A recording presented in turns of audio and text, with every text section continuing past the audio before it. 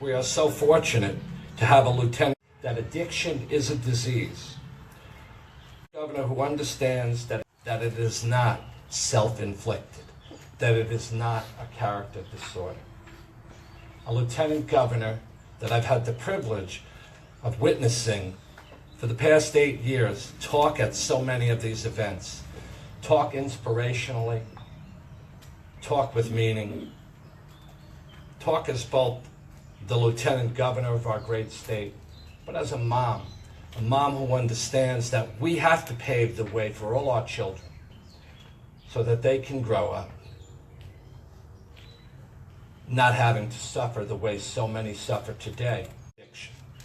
So without any further ado, I'd like to invite Lieutenant Governor to speak.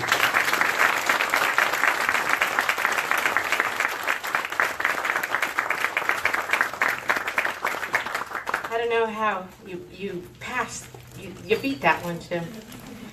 I know you just invite me because you know I'm going to cry.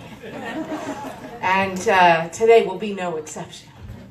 But I'm going to try to get through the written word first because somebody said this is on Facebook Live. And I don't want to embarrass myself too much.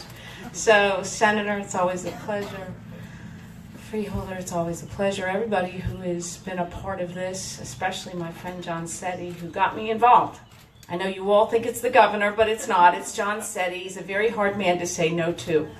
And once you come to an event like this and realize that we're not talking about strangers, you all know better how to do things. At least that's been my experience.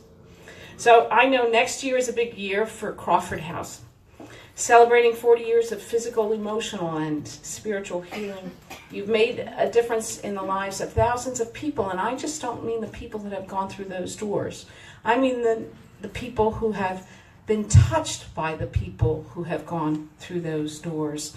So congratulations to all of you for all you have done, all you have seen that needed to be done, and then those of you who said, well, no is really not an option, because that's how we make sure our people are cared for.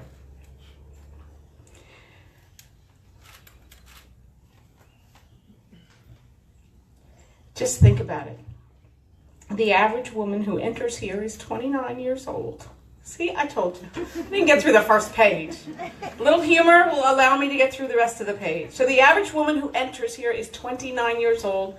Everyone think what they were doing at age 29. I was already a practicing attorney, and I had not yet been married and had children. These women, though, are unemployed. They're homeless. They're indigent. Only 10% of them have any kind of health care coverage. Half of them will be mothers. 4 out of every 5 are addicted to heroin, and even a greater percentage have engaged in prostitution, about 85% of them. Others have legal issues, another 85% of them. I know I'm singing to the choir, but since this is on Facebook, people need to know the value of what goes on in that building so they can understand the importance of what will go on in this building. And I quite frankly don't think you can put a dollar figure on it. For most of the women that are in that building next door, they are staring into the darkness and facing the absolute darkest hour of their lives. Yet from out of the darkness, from out of this sense of despondence, you provide them with hope. You in the back of the room who are here every day and see miracles happen every day. And oh my God, I bet you see disappointments too. The new facility behind us is an example of the light that you all provide for all of us. It is simply unacceptable in this state, in this country, with the wealth that we have, that there are not enough beds and there are not enough services to help all of the people who need that help. And I know it. I know there's not. I was in a hospital last night where I saw a line out the door waiting for beds, for people to get the mental and physical help they needed just to survive the night in New Jersey. That's simply unacceptable. So this facility gives us hope. This facility will allow women to rebuild their relationships, rebuild their families, rebuild those connections that we know are so vital, not just to the family, but to the women themselves. When we see a success case walk out of that door, I hope they walk right back in the front and take the hand of the person who's taken their place and say, it can and will be done. They are the best example of that. They need to do it in a safe environment, an environment with all the resources that they need to make sure that we wrap our arms around them and hug them every day. Today, in the building behind us, they'll learn how to parent. They'll learn how to curl up and hold their kids again, and their kids will learn what it's like to be held again. For the 100 women who will come through this building every year, they will walk out on average after just 4 months and go back into the real world and be facing probably the same challenges they faced before. But with the people in this building behind me and the people in that home to my right, I have no doubt they will have the strength and the tools and the skills that they need to survive.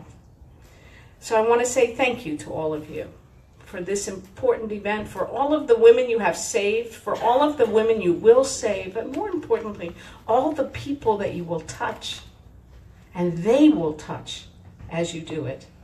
I wish the Crawford House and the new Family Support Center the serenity, the support, the strength to recover and to leave here emboldened by what they have seen and done, accomplished, and whom they have helped. All of the possibilities in life are behind us in this building right now and next door to us. So the need is so incredibly great. I am proud of everything Daytop and Crawford has done right here. I call on all of you and challenge all of you to empty our hospitals, to empty our psych wards, to empty these buildings in our lifetime. So thank you very much, everybody. I held it together long enough. I congratulate all of you for everything.